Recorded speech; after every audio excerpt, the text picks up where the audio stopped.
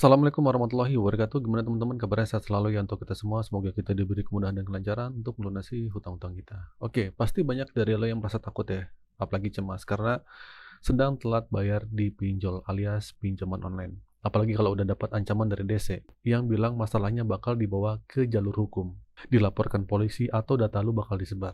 Tapi santai dulu ya, jangan buru-buru panik. Jangan langsung terjerumus ke jebakan lain. Dengerin baik-baik karena gue mau bahas tuntas masalah ini biar lo nggak gampang dikebulin lagi sama DC pinjol. Oke, yang jadi pertanyaan, ancaman hukum dan penipuan, benarkah?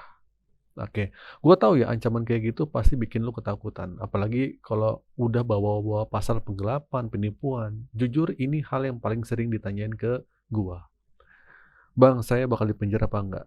Bang, ini bakal jadi kasus pidana apa enggak? Banyak banget yang nanya kayak gitu.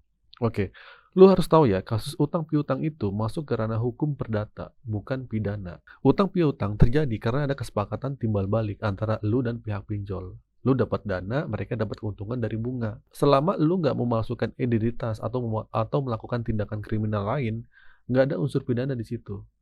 Ya, lu nggak bisa dipenjara cuma karena nggak mampu bayar pinjol. Nah, ini cuma gertakan dari desa biar lu panik dan buru-buru cari dana buat bayar. Bahkan dengan cara gali lubang tutup lubang, DC pun bodo amat.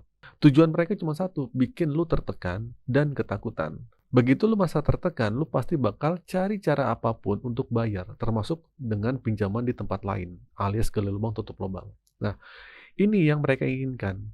Itu sebabnya banyak orang yang akhirnya terjebak dalam lingkaran setan utang yang gak ada habisnya. Selalu gue bilang, gak bosen-bosennya, solusi jitu dalam menghadapi ini, putus komunikasi.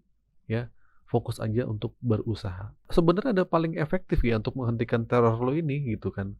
Lu cuma perlu putus semua jalur komunikasi dari DC itu. Gimana caranya? Gampang banget. Yang lu lakuin cuma 3 hal sederhana. Yang pertama, ganti nomor telepon. Kedua, hapus aplikasi WhatsApp-nya atau ganti nomor WhatsApp-nya. Dan setelah itu ya lu ganti email. Loh, aku cuma gitu bang. Percaya deh, masalah teror DC ini 90% lahir dari telepon, WhatsApp, dan email lu. Selama lu masih membiarkan jalur-jalur ini terbuka, lu akan terus-terusan diteror dan merasa tertekan.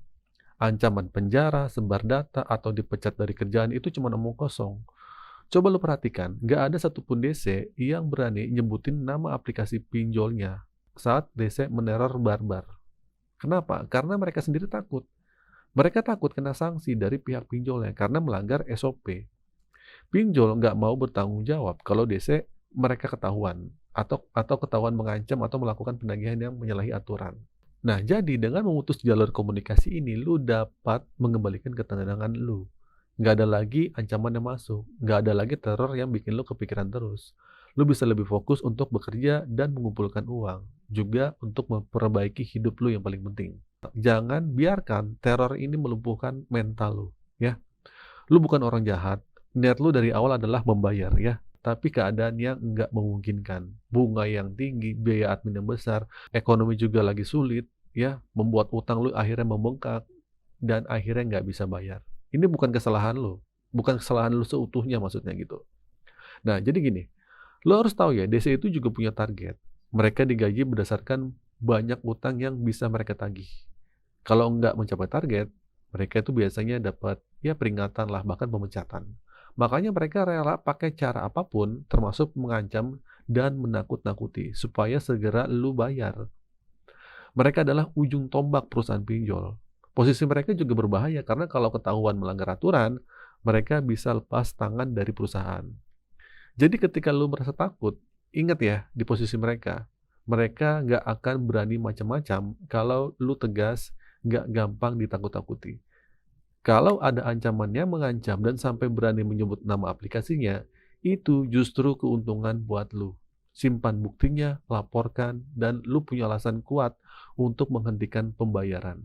Jangan biarkan diri lu hancur karena ancaman buta. Ingat ya, tantangan terberat manusia adalah apa yang dia takuti. Lebih baik malu sesaat karena data lo disebar daripada hancur selamanya karena terjebak utang yang nggak pernah lunas. Nah, ini untuk tambahan buat kalian ya, dari berbagai sumber yang gue baca. Ancaman DC pinjol pada umumnya memang menjadi masalah serius ya, buat kalian yang sedang terjerat di pinjaman online. Namun ada beberapa fakta penting dan hak-hak kalian yang perlu diketahui agar lu nggak mudah panik. Yang pertama, ancaman pidana atau perdata nih Bang. Nah, secara umum, utang piutang adalah ranah hukumnya perdata. Seseorang itu tidak bisa dipenjara hanya karena tidak mampu melunasi hutang. Tapi, ini bisa berubah menjadi ranah pidana jika terjadi hal lain seperti penipuan, pemalsuan identitas saat mengajukan pinjaman, itu bisa jadi lain lah ceritanya. Ancaman penggelapan atau penipuan yang dilontarkan DC itu hanya kali cuman gertakan yang cuman menakut-nakuti. Nah, terus aturan penagihan utang nih, baik pinjol legal atau ilegal. Nah, DC mereka tidak boleh melanggar sembarangan dalam menagih. Kalau pinjol legal di bawah pengawasan Otoritas Jasa Keuangan atau OJK memiliki aturan yang ketat. Penagihan tidak boleh menggunakan ancaman, kekerasan, atau tindakan yang mempermalukan. Penagihan juga hanya boleh dilakukan pada jam kerja yang wajar, yaitu pukul 8 sampai jam 8 malam. Jam 8 pagi sampai jam 8 malam. Dan di alamat yang terdaftar kecuali ada persetujuan lain. Nah, jika DC pinjol legal melanggar aturan ini, mereka itu bisa dikenakan sanksi berat oleh OJK, termasuk pidana, penjara, atau denda. Nah, khususnya pinjol ilegal ini tidak terdaftar di OJK. Nah, ini yang sering banget melanggar hukum. Mereka tuh nggak segan-segan menggunakan teror, kekerasan, atau menyebarkan data pribadi kalian. Nah, masalah memutus komunikasi dengan desa adalah ini yang paling sering gua saranin. Ini membantu lu untuk tidak terus-menerus tertekan dan bisa fokus mencari solusi. Terutama buat lu yang terjerat di pinjol ilegal nih, di mana ancaman teror menjadi senjata utama mereka.